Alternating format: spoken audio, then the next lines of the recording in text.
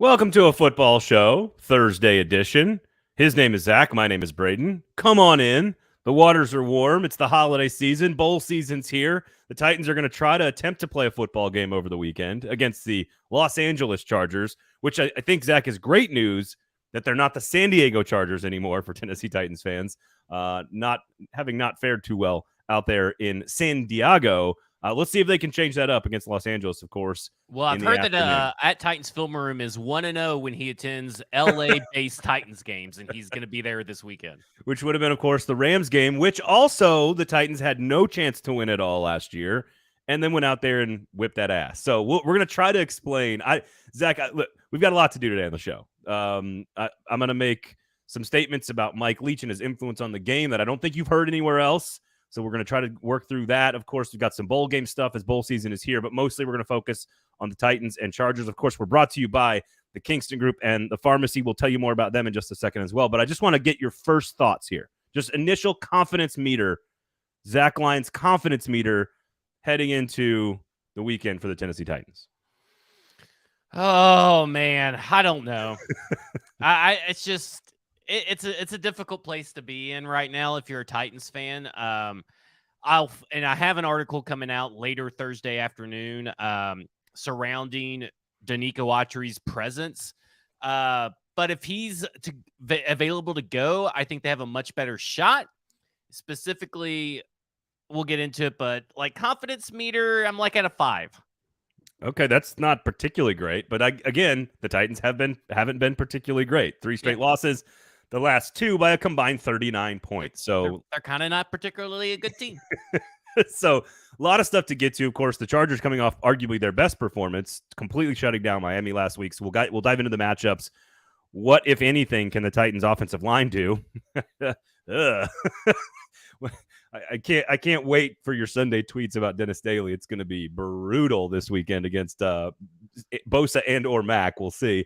And of course, the secondary matching up with Justin Herbert and that passing attack for the Chargers, Derrick Henry running the football. We'll get to all of the matchups that maybe can give you guys, you Titans fans, a chance. If you want to jump into the comment section, please join us here on a football show, of course, brought to you by 440 Sports and Broadway Sports Media. At F-Words Pod for Zach, at Braden Gall for me, and of course, our 2 wonderful and amazing sponsors, the Kingston Group and the Pharmacy. Swing by the Pharmacy. It's going to be 3 degrees, I believe, on Christmas Eve. A low of 3 degrees projected right now. So now is your time to go eat at the Pharmacy outside.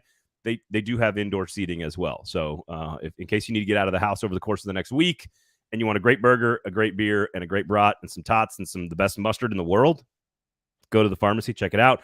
Kingston Group, buildkg.com. I was perusing the website today, Zach, because I know you're a big house guy. Big house guy. Like if you want to just go look at their work. Like, go to buildkg.com and look at their work. It is extraordinarily good. They're trustworthy. They're nose to tail. They're award-winning. They're locally owned. So just go check them out. 2 locally owned companies that bring you this product each and every Monday and Thursday live at 1 p.m. So jump into the comment section if you have any questions about this Titans team. We'll talk a little Mike Leach and some bowl games a little bit later on as well. All right, Titans-Chargers preview. And I don't know about you, but I think the health of the team is top priority here. And there's some good news and some not so good news. It feels like we could have Treylon Burks back. Denico Autry might be back. I don't know. What do you think? Don't put your eggs in any basket that Treylon Burks is going to be back. I mean, when the hit to the head happened, then he hits the ground.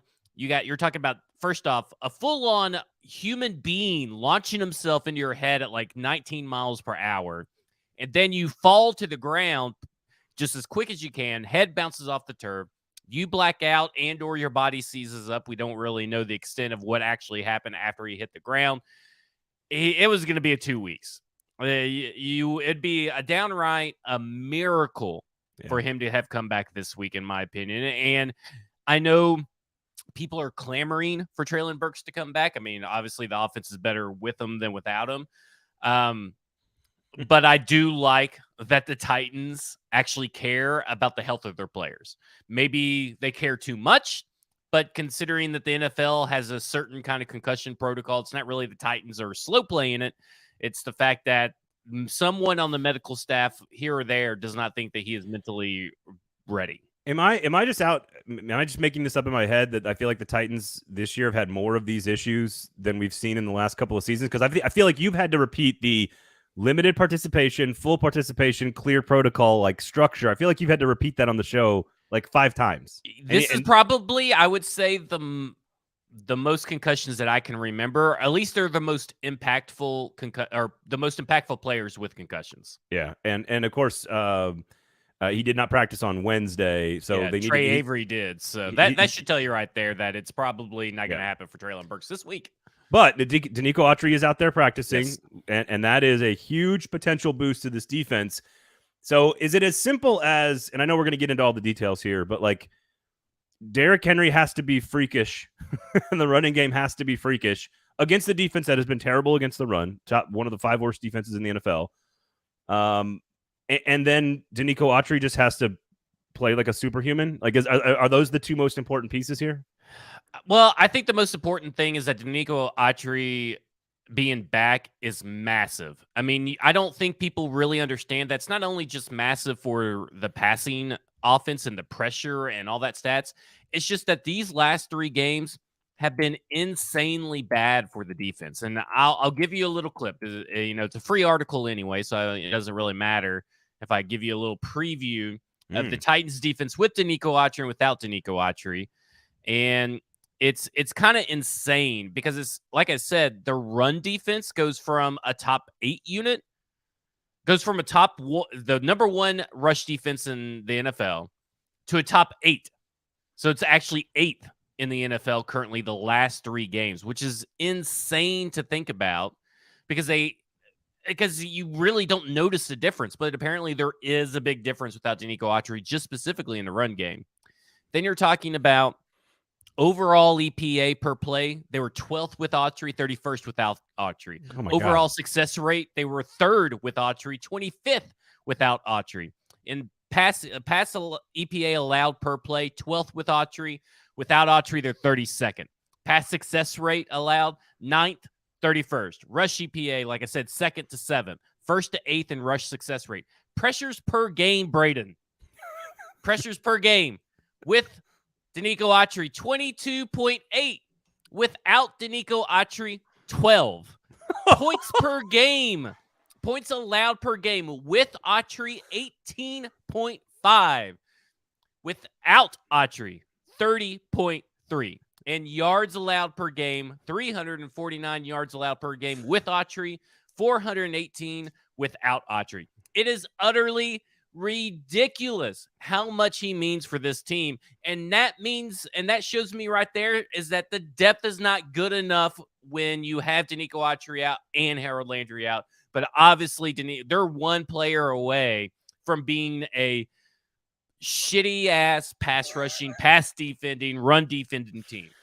Okay, so those numbers are true. You're right. Like, I thought you were overselling the insanity part of it, but like, it is insane. You're not. It is insane. Now, to also be fair, Jeffrey Simmons banged up, David Long hurt, Christian Fulton as a part of that as well. Like, there's some other factors that are. It's not just like one human being. But that would technically just be the last game if you're talking about the Jacksonville game, because everybody else has been there for the other 2 games. And Denico Autry's ankle's been hurt with Jeffrey Simmons' ankle's been hurt with Denico Autry on the field.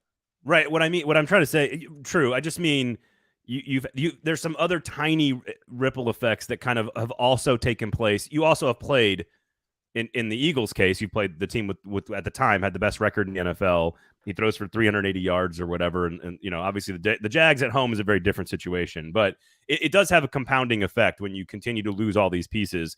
And again, Fulton went out of the game pretty early against the Eagles, so that's at least 2 of those games. I am not discounting the insanity of Denico Autry. That is not what I'm trying to do.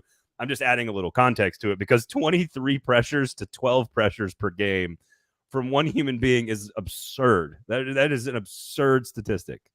It's kind of like what Bud Dupree sort of is. I don't know if he's really this year, but we've always talked about Bud Dupree being a force multiplier dating back to his days at the Pittsburgh Steelers. And last year, specifically Landry splits with and without Harold Landry, or with or without Bud Dupree. But this year, Denico Autry is the linchpin of this defense so far. I mean, he's the MVP. He deserves all the love. He deserves a second contract. And I'm not, a lot of people are going to, say, pay the man whatever he wants. Pay him within reason, but he needs to be here with Jeffrey Simmons.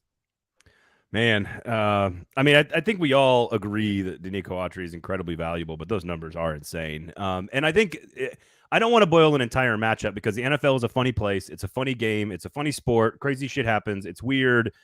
Teams that are injured and not playing well beat really good teams all the time. It's just the way the game goes because the NFL is so balanced from a talent standpoint.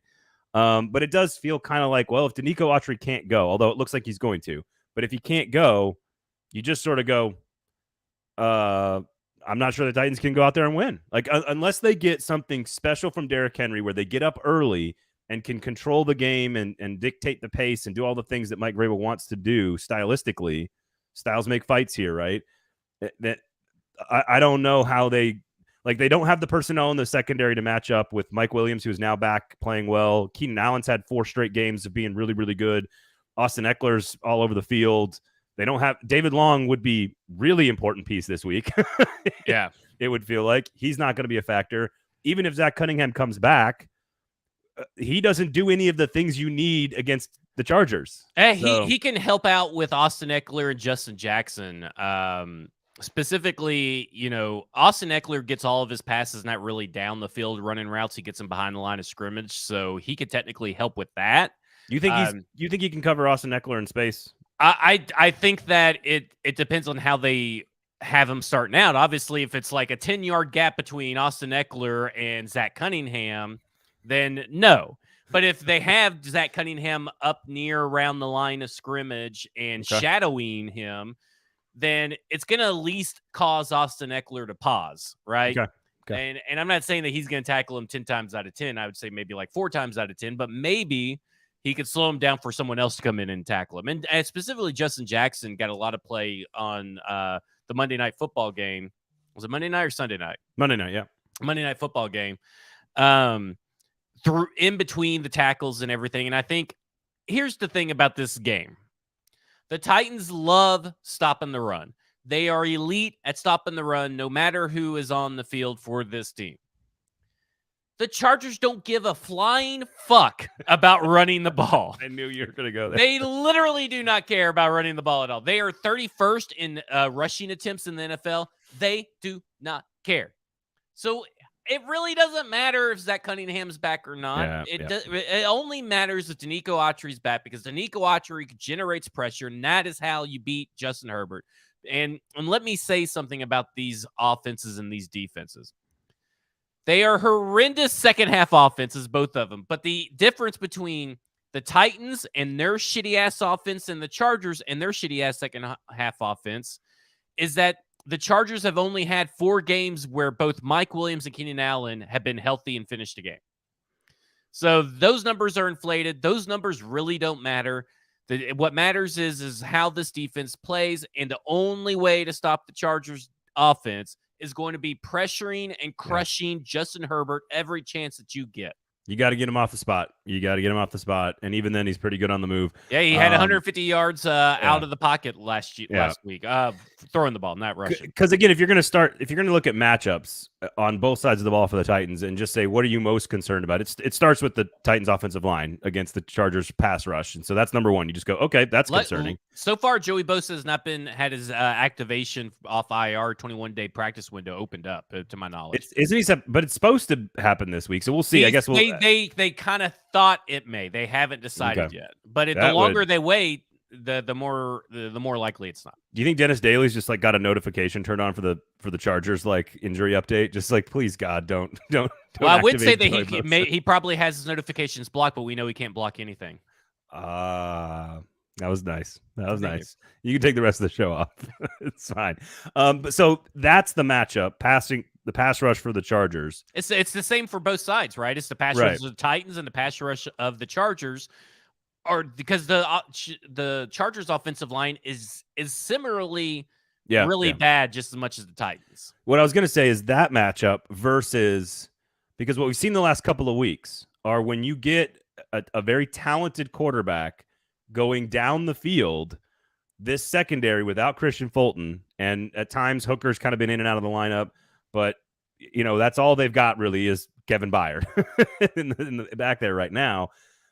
That is concerning with a healthy Allen, a healthy Williams that want to go down the field. We saw A.J. Brown make big plays. We saw Ingram and Zay Jones and all these guys making big plays down the field. Again, almost 800 yards passing given up the last 2 weeks by this Titan secondary. And if the thing that you do well, stop the run, is the thing that they don't care about, if you're the Chargers, why aren't you just taking deep shots the entire game?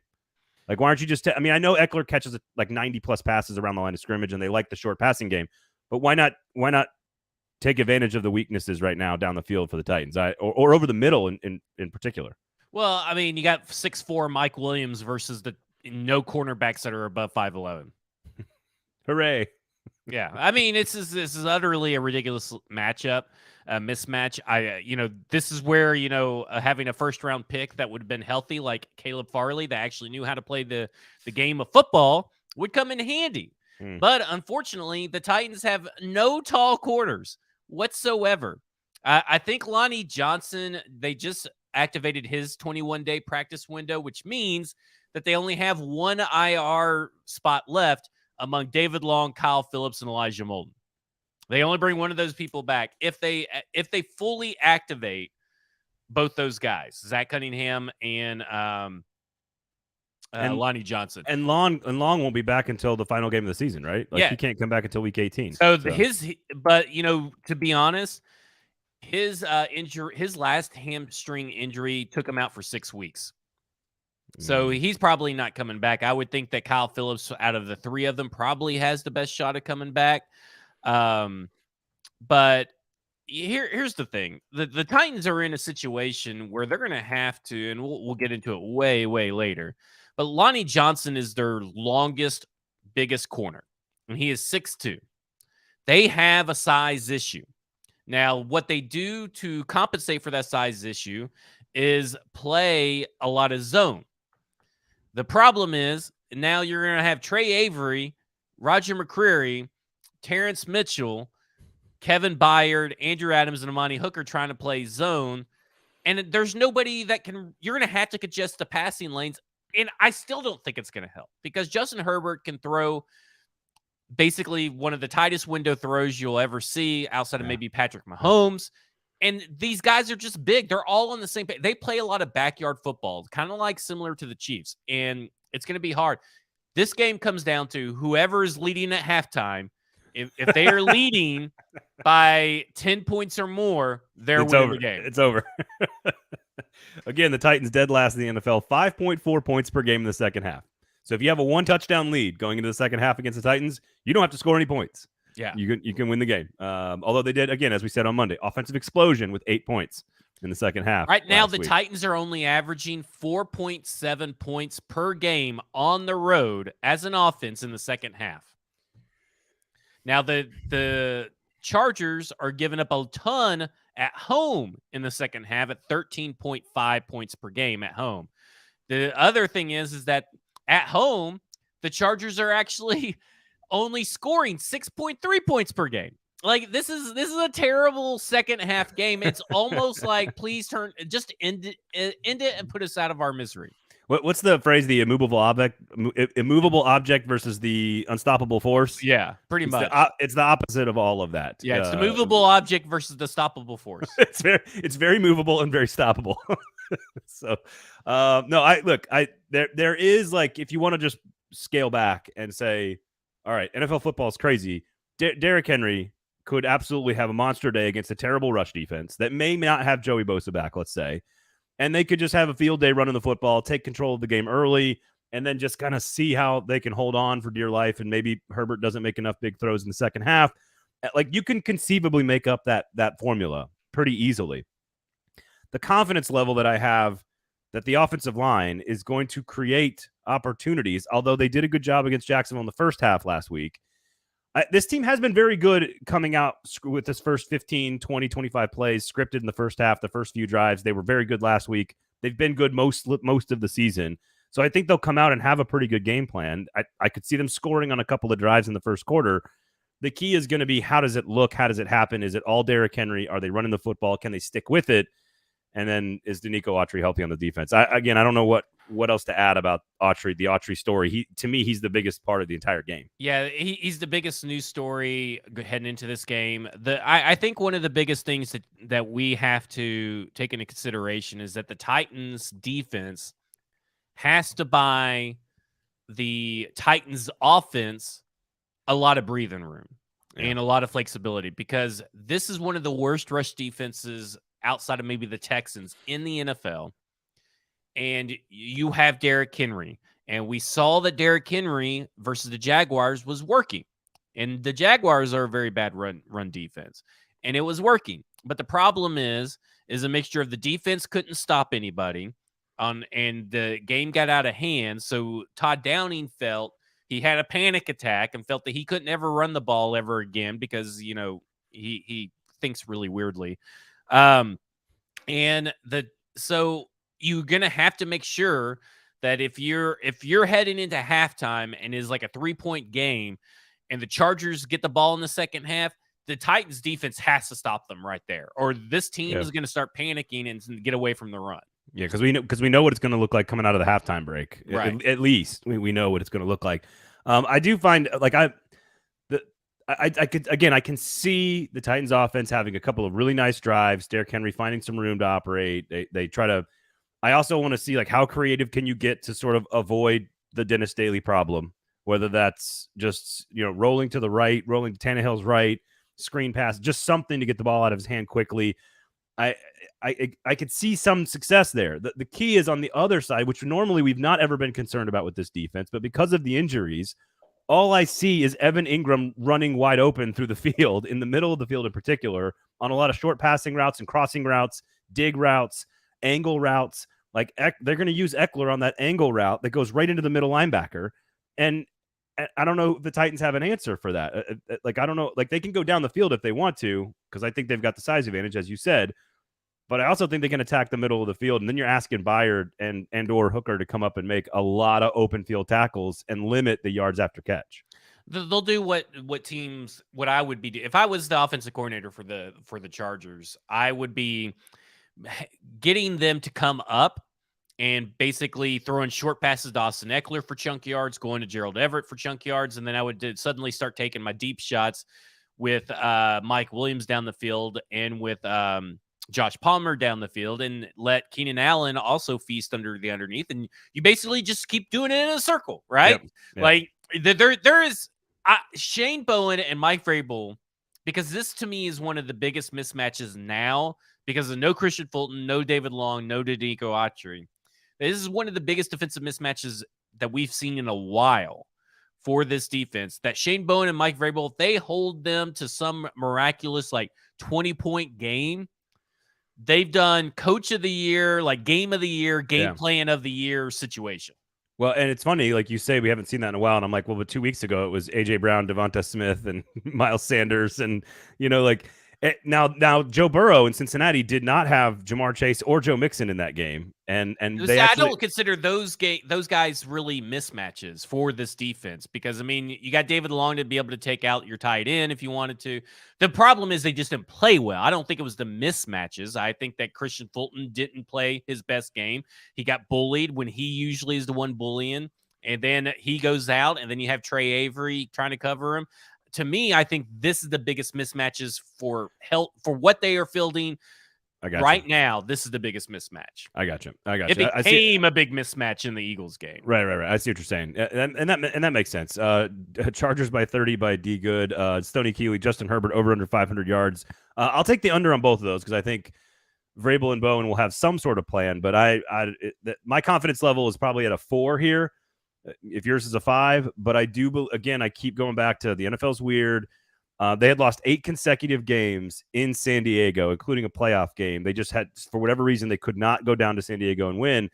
And maybe a change of scenery, the building that they played very well in last year. And again, early drives, early start, Derrick Henry, chunk yards, slow down the pass rush, try to get yourself a 10, 14, 17-point lead, and then hold on for dear life. Yeah. That's the only way it works. And A 4-game losing streak is not something I feel like we would ever have been talking about with a Mike Vrabel coach No, team. but So. I mean, it's just possible. And if I look at it this way, the defense has to be as elite as it was against the Chiefs, and the offense has to have Ryan Tannehill carry it. Like, I think that is the way that this game is going to have to unfold. It's not going to be able to unfold with the defense playing average and the offense playing their normal self. They're both units are going to have to elevate. Now, what do you make of the Chargers just in general? I mean, they've had a lot of injuries on defense. They've had a lot of questions about the play calling on offense. I don't like anything about the Chargers. I was going to say. I mean, I like the players. Yeah, but I think that the staff is one of the dumbest staffs ever, especially Joe Lombardi and Staley's situational coaching is piss poor. They have these bouts of good games where everything works, and then they just go on this tear of just crazy, utterly disappointing and disastrous football. Like their general manager probably gets fired first before anybody else does, much like what the Titans just did. To me, well, I feel like Staley should get fired before their general manager. I don't think the general manager is the problem in LA. But to me, I've always thought that if all things considered healthy, except for Harold Landry, which we knew that he was never going to be here, I was never worried about this game. And then all these injuries happen, and it's just like, okay, well, you got to be worried about the game. That's just how it goes. Well, and they also played their best defensive performance last week. 217 yards total against Miami, 17 points, 127 net passing yards, totally shut down. And Tua was just, he was in a rut. He was in one of cold. those games he couldn't get out. And then he's like, well, I'm not worried about the cold. It snows in Alabama. And I'm thinking, you're going to fucking Buffalo. Buffalo and Alabama are nowhere near the same. I lived in Alabama. It doesn't snow. There was Ice Storm 94, and that was about it. I love the broadcast. Was it Denico on the broadcast? He's like, yes, it's a little chilly here in Los Angeles inside. Although I know it's open air and they've got the wind blowing, and I get all that. I just thought it was hilarious. And then you look at Nashville. I think actually Tua's coldest game ever was here in Nashville. Actually, yeah. I think that I don't remember when it was, but I think I saw a graphic that his coldest game. And that's something that Mike has brought up repeatedly when I say that I don't think the Titans could beat the Dolphins in the playoffs. He's like, well, Tua just doesn't play well in cold weather. I also don't know how much I buy into the Dolphins' staying power this year. I think Minnesota's another one I've got questions about. There's a lot of good teams that are going to put up good records that I don't know how much faith I have in going into the postseason. But the Titans are, the Titans are on that list as well. No faith about this team going into the postseason, but they probably get a playoff spot again. 89-90% chance they win the division and get into the playoffs. So we shall see. What else you got on this matchup? You give a. We're not big on predictions and scores. I don't want to do a score prediction because I just don't feel like I have a good feel for how this game's going to go because I just don't know. I don't know if I buy into this whole. The Titans have this renewed energy that they're struggling. The players from these press conferences, specifically what Derrick Henry has said today, Thursday, where he talks about that he himself notices that there is a lack of energy coming out of the second half. There's a lack of focus. They're on the ropes. We talked about it on Monday. I just think they're exhausted, and now they're going to have to travel, 2 or 3 different time zones over to LA, and it's not good timing. And I'm not a big bye week guy. As far as I don't think it really matters where the bye week is at for the majority of teams, for the majority of seasons. But I do think that having the bye week so early for this particular team that ended up firing its GM was just it's bad. No, I think we've said this before on the show, and I think it's the only way to look at bye week timing is it's good or bad for whatever your team may or may not need that year. Right. It can be really great to have it early in week 4, 5, or 6. It can be really terrible to have it in week 4, 5, or 6. It can be really great to have it late. It can be really terrible to have it late. And right now with the injuries, this team absolutely could have used a later bye week on the calendar because of all the injuries. So you can't predict that stuff. It just is what it is. It's almost all injury based. And in this case, we're going to make this giant shift in the organizational structure right in the middle of the year and make sure that you guys all have to deal with it at the most important time. So again, It's I don't know if you saw Mike Sando's piece in in Yeah, I heard it. I haven't in The read it, but Athletic. I heard about it. Interesting concept. Warning fans about the potential to become the Houston Texans, which is a terrifying thing to think about. I recommend reading it, but again, just an interesting article there. All right, we're gonna talk about bowl opt outs, and we're gonna talk about a couple of bowl games coming up this weekend. Also, make sure you check out our great and wonderful and amazing sponsors, the Pharmacy in East Nashville. Of course, they've got a location downtown at Fifth and Broad as well. But the true pharmacy goers with the beer garden and the beer parlor, or the burger parlor and the beer garden out there, East Nashville, McFerrin Avenue, that is your spot to go, man. Always delivers. No screens, right? Like you're not distracted. You can actually have a conversation with somebody over a great meal.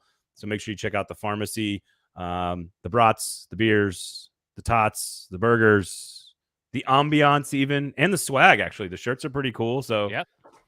they got some good swag over there. So go buy some shirts, go buy some burgers. You can get out of there for less than $50. Great place to take a family. Great place to take a date. Great place to take the guys after work. Great work. You need a work lunch. Pharmacy's your spot. So go check out the Pharmacy. All right.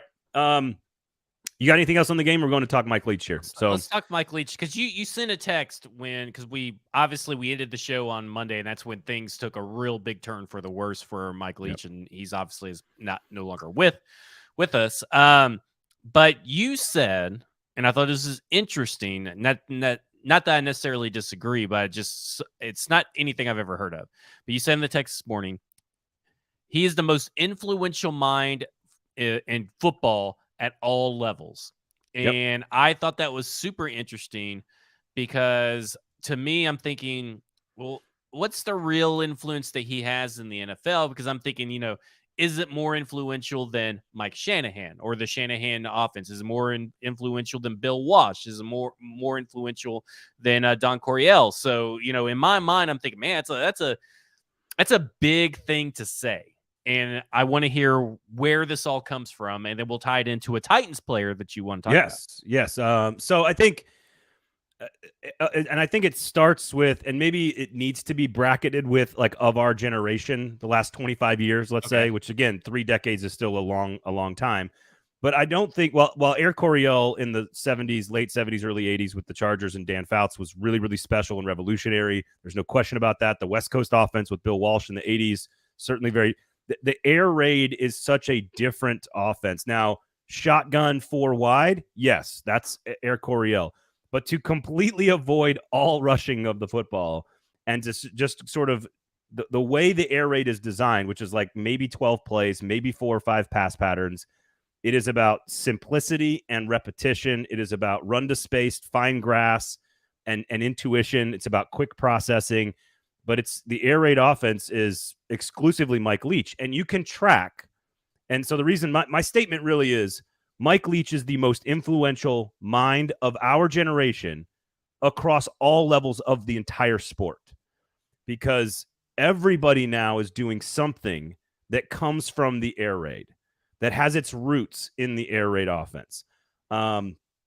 Most notably, what's the most modern, cliche sort of kitschy term for an offensive thing now that's in vogue in the NFL? RPO, right? Yeah. Everyone's like, ooh, RPO. So Hal Mumme was the coach of Kentucky when he hired Mike Leach to be his coordinator in 1997. Tim Couch immediately broke every single SEC passing record in 1 year. They had a game against Florida. There was an outside linebacker for the Florida Gators who went on to do great things for the Tennessee Titans. His name was Javon Curse. They could not block Javon Curse. And in the middle of the game, they figured out that they could either run a bubble screen right at Javon Curse and throw it over his head, or they could... Which is crazy to me, because, I mean, he's the freak, right? I mean, he's so tall. And he was coming at the passer, right? So he wasn't dropping into coverage. So, like, they basically, like, lure him in with the fake to the running back, throw the bubble screen, or if he kind of stays out there and drifts up the field and kind of takes the outside route to get to the quarterback, to Tim Couch at the time, they would give it to the running back up the middle, which is that is an RPO. Like that is the exact RPO that we have today. And so if you want to look at Cliff Kingsbury, Art Briles, you can go down the list. Lincoln Riley is doing it the best of everybody right now in terms of the run-pass balance. The one thing Mike Leach sort of stood in his own way in all of this. Like, he just refused to find balance. He hated balance. He didn't want to run the football. I think it's why he never got a big time job. But Friday night football in high school, Saturday football, Sunday football elements, the air raid attack is the reason we have 2022. The reason football looks the way it does today on your television set is because of Mike Leach. It is the air raid offense, whether it's the zone read or the spread or tempo or RPO or, 4 wide or whatever you want to call it. There is nobody more important to the game of football and how it looks on our screens in the last 30 years than Mike Leach. Do you want to say that Eric Coryell was more influential at that time? Maybe. I don't think the West Coast offense revolutionized the game the way the air raid did. I just don't think it did. So I don't know. To me, you look at Tom Brady's running elements of the air raid. I mean, this is happening everywhere. Look at the Packers rushing attack with Jones and Dillon, and the way Aaron Rodgers is faking this way and faking the pitch that way and then throwing out there. That's all air raid stuff. And it all comes from Mike Leach. I think he's actually underappreciated in terms of his influence on our sport today. And 60 years from now, we're going to look back on the passing attacks that changed the game. And I think we're going to look at 97 to 2022. And we're going to say Mike Leach was the most important mind of our time when it comes to passing the football. So let me ask you this. You talk about his influence and everything. Do you think that he would be as widely recognized among the public, not people who cover the sport, not people who have been around and coach, if he wasn't such an awesome person?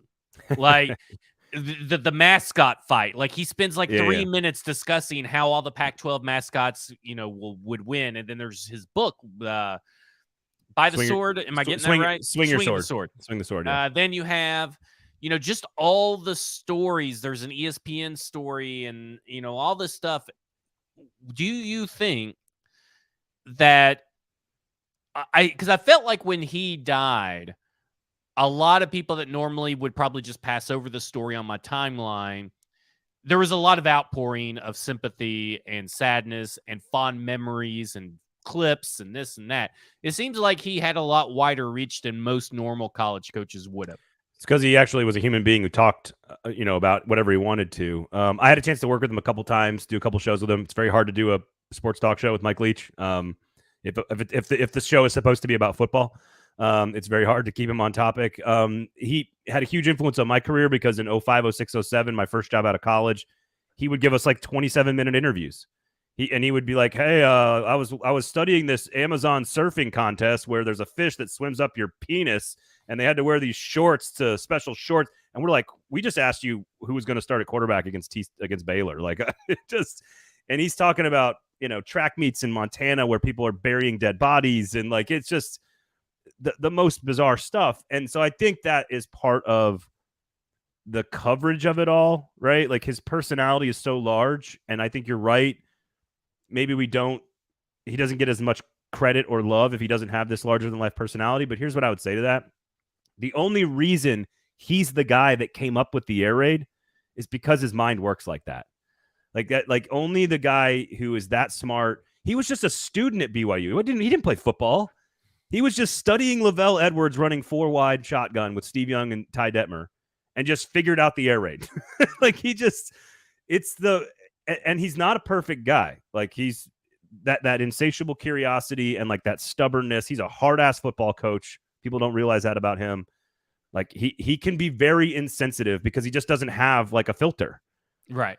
And so I don't think you could be Michael. I don't think the air raid is the air raid without Mike Leach's brain and personality being as weird and as quirky and as interesting as it was. Somebody would have eventually come up with something similar to the air raid, but the way his mind executes, the reason he never got a big job was because he would not adapt. He's too stubborn. He didn't add the rushing elements to his offense. And the guys who have done that, Urban Meyer, Rich Rodriguez, Lincoln Riley, Cliff Kingsbury, all the guys that coached for him, Art Briles, Josh freaking Heupel is a Mike Leach disciple. Tennessee's offense is from Mike Leach's air raid. It's just different because they're actually willing to run the football. And Mike Leach was never willing to do that. And I think that's why he never got a job. And I think it's partly because he just was like, no, fuck you. I'm Mike Leach. I'm not going to run the ball. I like it. I like a guy who just sticks with what he wants to do. But I do think the best systems, though, now, like the best way to operate football offenses are the blend of the power. I talked to a coordinator today about it. It's the guys that have figured out how to blend really creative, strong power rushing attacks with the air raid elements. That is, I think you could argue that's the best system of football on any level. Lincoln Riley's probably doing it better than anybody right now. And he said a couple of interesting, let's see if I got the right page here. I wrote down these notes, but he said there are situations in the game where you have to be able to run the ball, in particular the red zone, short yardage, bad weather. There's just things that can happen in a game where you have to be able to lean on something other than a lot of throwing the football. And Mike Leach just never wanted any part of that. And so I think you could argue the greatest scheme we've got today is maybe USC. Guy just won a Heisman Trophy. Like almost went to the playoff in 1 year. So Josh Heupel's running something very similar. It's Lane Kiffin running something very similar. Yep.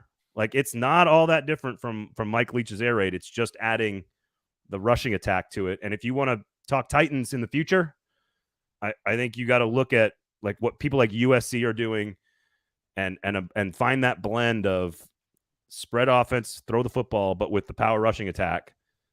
That's the unstoppable thing right now. And athleticism at the quarterback position as well. Like mix in that part of it as well, which is Urban Meyer and Rich Rodriguez and the zone read and all that other stuff. So I think Leach is I don't know. I don't think he comes up with the air raid without the weird quirky brain that he's got. Yeah.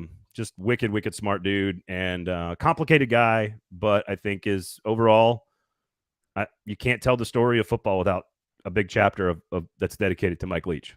So the let's talk about some college football because I want to get into this topic of bowl game opt-outs. I think we both are on the same page that they do not fucking matter to us, but they seem to matter to fans, especially when it happens. But I also want to talk about, do you think NFL teams care if a player opts out? Because in my mind, no.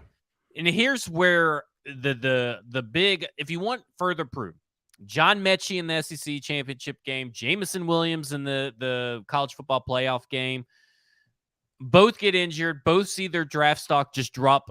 You know, I know Jameson Williams was drafted pretty high, but John Mechie could have went all the way in the third round to the Texans. But these injuries happen, and you're talking about taking money out of the kids' pockets already by them doing it. And I do not blame. I do not care. Don't bring me anything about Jackson Smith, whatever, which I'm going to have to learn that guy's name probably later if he gets drafted. If the Titans get him, you're in good shape. Although the injury thing is well, apparently he's like, well, I think I'm injured and I think I'm going to milk this injury, he's awesome. He's unbelievable. And if the Titans get him, you'll be lucky. I think that, you know, when you talk about it, I don't blame these kids for not putting everything on the line for the Las Vegas Bowl or for the General Motors, you know, EV truck bowl or whatever else they're going to come up with to name these bowls. So, first of all, NFL GMs don't give a shit. They don't. The Christian McCaffrey and Leonard Fournette both sat out their bowl games, and they were both drafted in the top 10. I think this conversation, like you texted because you were like, hey, we're going to add this to the rundown. Let's talk about this. I almost wanted to be like, why? Not to be a smartass to you, but just like, why is this even a conversation? Like Jalen Hyatt decides to not play in the bowl game. And here's my theory on this, because we live in a time where everyone's offended by everything, right? It's grievance all over Twitter. Doesn't matter what political party you're a part of. Like everyone's just bitching and moaning about everything. I'm offended. I have a theory. You cannot be more offended than the victim of the perceived injustice. Yes. And if you're going to accuse Jalen Hyatt of quitting on his team, then the victim in this scenario is the team. And the team doesn't care. His teammates are saying, go get that money, go stay healthy, go get ready for the draft. You could be running routes right now in Arizona with the specialist, getting better at the most important day of your entire career. And if the team doesn't think that he's quitting on them, How do you think you're allowed to feel about it? Right. Not you, Zach. You, the Tennessee fan in the audience. Well, I've seen a lot of people when talking about, because getting to that point in the NFL season where you start looking at NFL draft prospects, or when someone puts out their little bowl game announcement that they're skipping, and you see everything talk about it. And I've seen a few Titans fans say, well, I don't want a guy that doesn't play in the bowl game. Oh, go fuck yourself. Yeah. I mean, give me a fucking break. I think it's ridiculous. Nobody cares. Nobody cares. Nobody cares. And here's the other thing. Is this America? Like, are we living in America? You don't get to tell somebody what to do with their career and their life. Like, you don't. This is America. I thought we just went through this whole, like, American individualist freedom bullshit. Like, you don't get to tell somebody what to do. Right. Because you want to be entertained. Get out of here with that crap. This is ridiculous. This conversation is old, man. Like, I'm not being a smart ass to you. I'm reiterating it to the viewers. If you would like to comment on players opting out, do so elsewhere, please. Yeah, I'm with you. Stoney, by the way, says, are we going to preview Hometown Lenders Bahama Bowl or the Duluth Trading Cure Bowl? And I will preview the Cure Bowl. I will do that for you guys if you want. I do not want. But let's talk about the Las Vegas Bowl. when no Florida players are going to play in that game. Yeah. Anything that, let's say, for the future of the SEC, are there any stars that are playing in this game that could be important for UT fans next year to know about? Honestly, I don't think so. Florida's gonna have like half its roster not play. Obviously Richardson off to the NFL. I think Jack Miller's gonna start. Like, they're 10.5-point underdog to Oregon State. Oregon State's a really good football team, by the way. They could have 10 wins at the end of this thing. It's not like, I think it's an interesting game. It's in Vegas. That's I think it's at 2:30 on Saturday. I'm not kidding. The Cure Bowl at 2:00 on Friday afternoon is legitimately one of the best bowl matchups in the entire season. Who is that? UTSA 11-2, Troy 11-2, two conference champions with two coaches, Jeff Traylor and John Summerall, who are both going to be head coaches at the Power 5 level in the next couple of years. One of the best defenses in the game versus one of the best offenses in the game. And of course, at 2 p.m. Central Time on a Friday, that makes total sense, ESPN.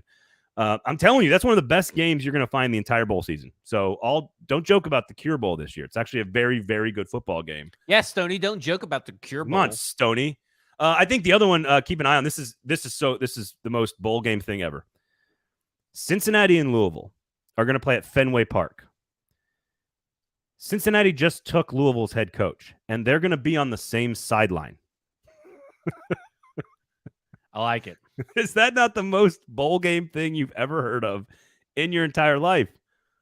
That's going to be wild. Two football teams at a baseball stadium where one team stole the other team's coach on the same sideline, and the trophy is called a keg of nails between Louisville and Cincinnati. Oh, that's even cooler. I like that. And it's literally a keg filled with nails.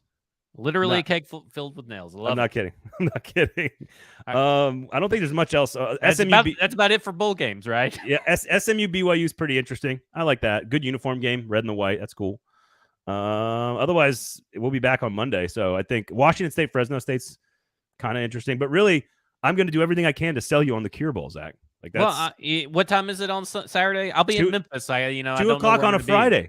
2 o'clock on a Friday. I'll be in Memphis. I'll leave Memphis right after I send you this show. 2 o'clock on a Friday.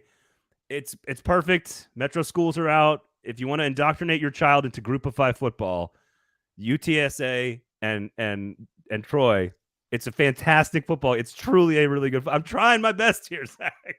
I mean, it just depends. I mean, I'm not. Yeah, I'm gonna be seeing people like whatever they're gonna be doing. I'm gonna be doing. You got to be. You can't take them to the bar with the goat. I'm not taking them in. They're taking me. They're taking me. I'm not. I'm not in control of what happens this weekend. Fair enough. Going to the quiz game tonight. From there, I have no clue what's happening. I do love a weekend where you just show up and let everybody else decide. Yeah, that sounds pretty good actually. So, so check out the Cure Bowl, folks. There you go. Best of luck to the Titans MASH unit against the Chargers and Justin Herbert on Sunday. Best of luck in your travels to the 901. Have a good time back home. Most boring drive is from Nashville to Memphis. Yeah, I hate it. We can have a real fun debate about this. We need a direct flight from Nashville to Memphis. I would take it. I would avoid 3 hours. I would pay the money and take that flight. It's a pretty bad drive. It's not as bad as Macon to Savannah. I haven't made that drive, so It's I can't 180 miles of the exact same mile. No lefts, no rights, no ups, no downs. The same tree for 180 miles. It's just awful. It's terrible. That's why the Allman Brothers got the fuck out of there. All right. Thank you to Zach. Thank you to our sponsors, of course, Kingston Group and Pharmacy. Make sure you check all those guys out there. BuildKG.com. The Pharmacy, great place to have some beer and some burgers this weekend. So make sure you check them out. Broadway Sports Insider, of course, account. 99 cents for the first month. I would just do the full year package because it's a super good deal. So make sure you check that out. All the other great shows from the Full 40 Sports Network as well. Zach, where can people find you? They find me on Twitter at FWordSpot. They can find my writing at BroadwaySportsMedia.com. Nah, that's about it. That's where there they you can go. find me because I'm never going to give them my address, and I'm probably never going to hang out with some of these people. So wow, that's where you can find me. Stoney, he's talking to you, big guy. I said some people. He's talking to you. Have a great weekend, everybody. He's Zach. I'm Braden. Thanks for listening. We'll talk to you guys on Monday. This has been a football show. Peace.